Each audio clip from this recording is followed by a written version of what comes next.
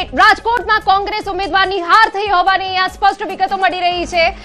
કોંગ્રેસ ઉમેદવાર આરજે આભા કે જેઓએ રેડિયો મારફતે લોકો વચ્ચે પ્રચાર પ્રસાર કર્યા હતા પરંતુ તેઓની હાર થઈ હોવાની વિગતો છે। બિલકુલ, અને અત્યારે જે અપડેટ આવી રહ્યો છે ઉલટફેરની જો વાત કરીએ તો દહેગામથી પણ આવી રહ્યા છે સમાચાર। દહેગામ નગરપાલિકામાં વોર્ડ નંબર 1 માં કોંગ્રેસના 4 ઉમેદવાર જીત્યા છે।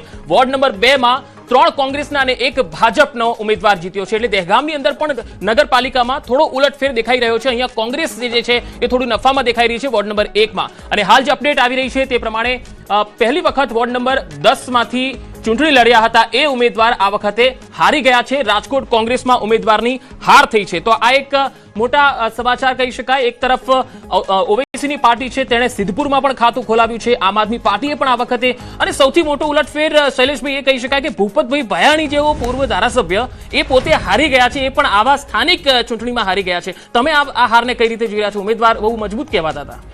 ભૂપત ભયાણી જે છે પણ હતા અને આમ આદમી પાર્ટીમાંથી જ ધારાસભ્ય હતા અને પછીથી પાછા ભારતીય જનતા પાર્ટી સાથે જોડાયા હતા। પરંતુ ત્યાં જે મતદારો જે છે એ માનો કે ધારાસભ્ય પણ ત્યાં આમ આદમી પાર્ટીના છે ને, પહેલાં જોવા જઈએ તો એ સીટ પણ ભારતીય જનતા પાર્ટી પાસે હતી નહીં અને એ ભૂપતભાઈ ભયાણીને આપણે ચૂંટણી લડાવ્યા હતા પણ ક્યાંક ને ક્યાંક જે એ સીટમાં શું ચૂક રહી ગઈ છે ને શાના માટે ભારતીય જનતા પાર્ટીની જીત નથી થઈ એનું પણ અમે વિશ્લેષણ કરવાના છે। બિલકુલ, તો હાલ એક અપડેટ આવી રહ્યું છે ગોધરા નગરપાલિકામાં ભાજપની જે પેનલ છે એ જીતી રહી છે। તો વાપીમાં પણ હાલ અપક્ષની પેનલ આવી રહી છે।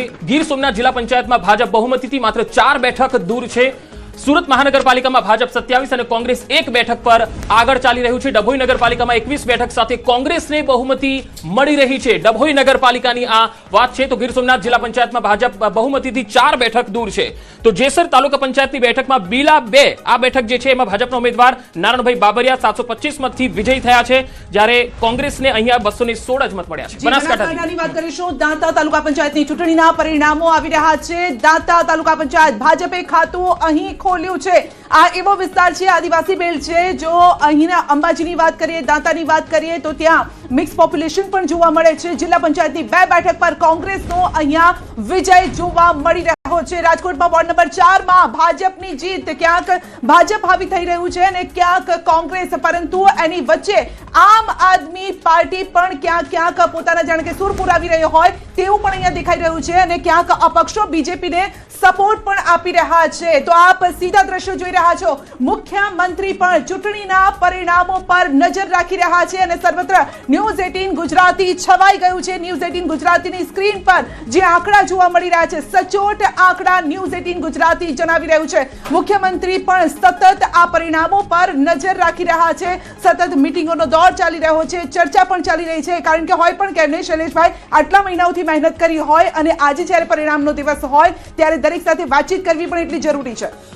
અમે કોઈ પણ ચૂંટણી હોય, તાલુકા પંચાયતની હોય, જિલ્લા પંચાયતની હોય, વિધાનસભાની હોય કે લોકસભાની હોય, એ તમામ ચૂંટણીઓને ગંભીરતાથી જ લેતા હોઈએ છીએ। એ કદાચ અમારા મોટામાં મોટા નેતા હોય કે નાનામાં નાનો કાર્યકર્તા હોય, એ તમામ લોકો ગંભીરતાથી ચૂંટણી લડતા હોય છે અને અમે સતત કામ કરતા હોઈએ છીએ। સતત બેઠક, ચિંતન, મનન, અમારો એકાત્મ માનવવાદ, રાષ્ટ્રવાદની નીતિ અને મૂલ્ય આધારિત રાજનીતિથી અમે જે ચાલીએ છીએ એનું આ પરિણામ છે। મુખ્યમંત્રી શ્રી ભૂપેન્દ્રભાઈ પટેલ હોય કે અમારા પ્રદેશ પ્રમુખ શ્રી જગદીશભાઈ વિશ્વકર્મા હોય, એમણે પણ એટલી બેઠકો લીધી। જગદીશભાઈ વિશ્વકર્માએ 29 જેટલી બેઠકો જિલ્લા પંચાયત, તાલુકા પંચાયત, મહાનગરપાલિકામાં લીધેલી છે અને મુખ્યમંત્રી શ્રી છે એમણે પણ 19 જેટલી બેઠકો લઈ અને જે નાના ઉમેદવારો છે, નાના જે લોકો છે, નાના કાર્યકર્તાઓ ચૂંટણી લડે છે એને હૂફ અને બળ પૂરું પાડ્યું। સુરતમાં વોર્ડ નંબર 3 માં ભાજપની પેનલનો વિજય, આ એટલા માટે પણ ચર્ચા કરવી જરૂરી છે। આ વોર્ડમાં પાસના કન્વીનર અલ્પેશ કથિરિયાના પત્ની કાવ્યા કથિરિયા ઉમેદવાર તરીકે ઊભા હતા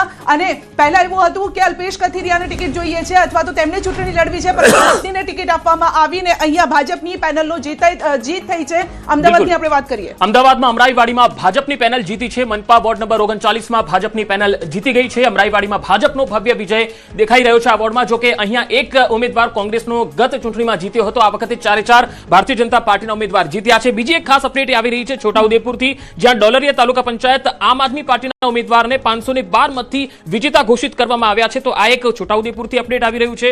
અહીંયા આમ આદમી પાર્ટીએ સારું એવું તાકાત બતાવી છે એવું કહી શકાય. છોટાઉદેપુરની ધારસીમેલ તાલુકા પંચાયતની બેઠક છે, એમાં પણ 3361 મત આમ આદમી પાર્ટીને મળ્યા છે. એટલે ઘણી એવી બેઠકો છે સંધ્યા કે જ્યાં આમ આદમી પાર્ટીએ ભાજપ કોંગ્રેસને હંફાવી દીધા છે. બિલકુલ પ્રશાંતભાઈ, મારો સવાલ પણ એ જ છે. સુરતની વાત કરીએ, અલ્પેશ કથિરિયાના પત્નીની વાત કરીએ તો આ એવો વિસ્તાર અને પાટીદાર ની સંખ્યા જ્યાં વધુ હોય ત્યાં આપણે જોયું કે અલ્પેશ કથિરિયાને જીતાડવા અથવા તો પ્રચારની એક જવાબદારી હતી.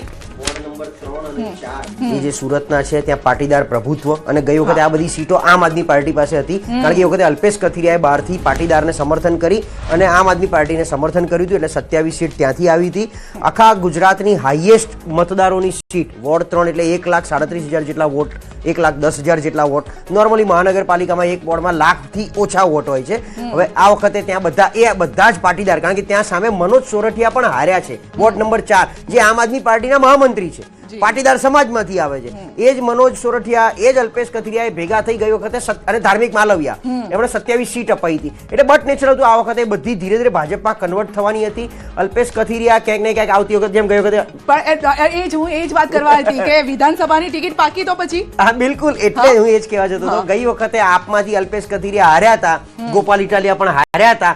એ આ વખતે ભાજપમાંથી પણ તકલીફ એવી છે કે એ 3 સીટો જે છે વિધાનસભાની, એમાં પ્રફુલ્લ પાનસેરિયા હાલના મંત્રી એ ત્યાંના ધારાસભ્ય છે, એટલે કારંજ, કામરેજ અને વરાછા, જ્યાં અને બીજી સીટ આપણે કુમારભાઈ કાનાણી વાળી, એટલે કુમારભાઈ કાનાણીની માથે હવે આવતી વખતનું લટકતી તલવાર આપણને અહીંયા દેખાઈ રહી છે. બિલકુલ. હવે આમ બેબાક બોલ નેતા તો છે જ. એટલે ખેડાથી એક સમાચાર આવી રહ્યા છે. ખેડા જિલ્લાની નવી જે ફાગવેલ તાલુકા પંચાયત બની છે એમાં ભાજપનો ભવ્ય વિજય થયો હોવાના અહેવાલ છે. 16 માંથી 11 બેઠકો પર ભાજપનો વિજય થયો છે, જ્યારે 4 બેઠક કોંગ્રેસના ફાળે આવી.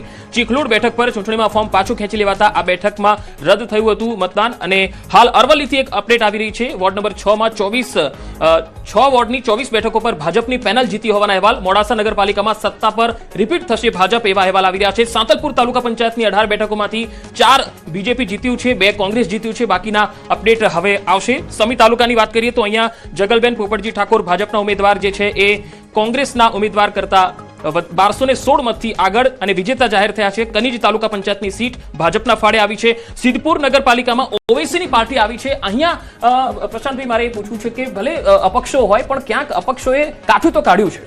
અપક્ષ બી આ વખતે ઘણું આગળ દેખાય છે. ભલે લીડ હું કહું છું ઓછી હોય, પણ ક્યાંક ને ક્યાંક લોકોની નારાજગીએ અથવા તો ટિકિટ કપાઈ હોય જે તે પાર્ટીમાંથી, ભાજપે ના આપી, કોંગ્રેસે ના આપી હોય અને સમાજનું પ્રભુત્વ હોય તો અપક્ષમાંથી ટિકિટ લઈ એક અપડેટ આપી દઉં. સુરતમાં બીજેપી અને કોંગ્રેસના કાર્યકરો